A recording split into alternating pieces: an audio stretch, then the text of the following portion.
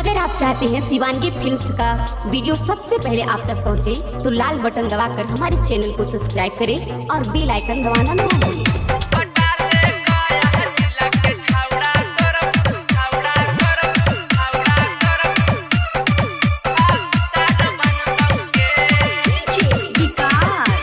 Shivangi recording studio Rajgir.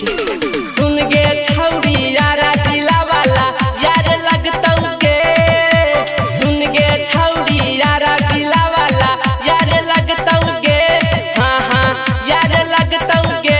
पटाले नवादा जिला के छौड़ा तोर भतार बनतौ के, पटाले गया जिला के छौड़ा तोर भतार बनतौ के।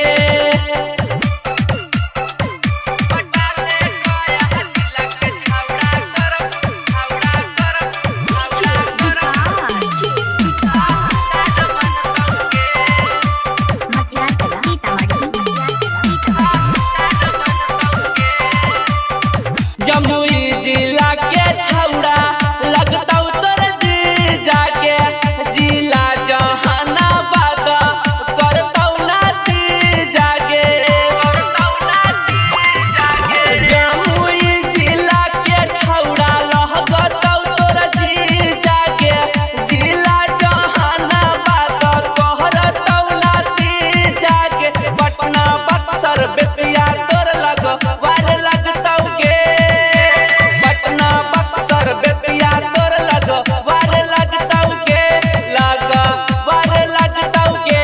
पटाले नवादा जिला के छौड़ा तोर भतार बनतौ के, पटाले गया जिला के छौड़ा तोर भतार बनतौ के। पटाले गया जिला के छौड़ा तोर छौड़ा तोर छौड़ा तोर भतार बनतौ के, भतार बनतौ के।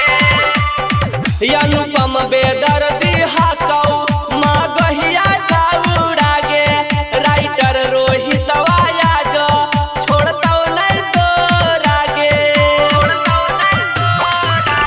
अनुपम बेदर्दी हकौ मगहिया छौड़ा गे, राइटर रोहित वसुदामा छोड़तौ नहीं तोरा गे। दिहे ना नंबर वाल्मीकि के नट पर जारी करतौ गे, दिहे ना नंबर राबो के नट पर जारी करतौ गे, हाँ बे जारी करतौ गे।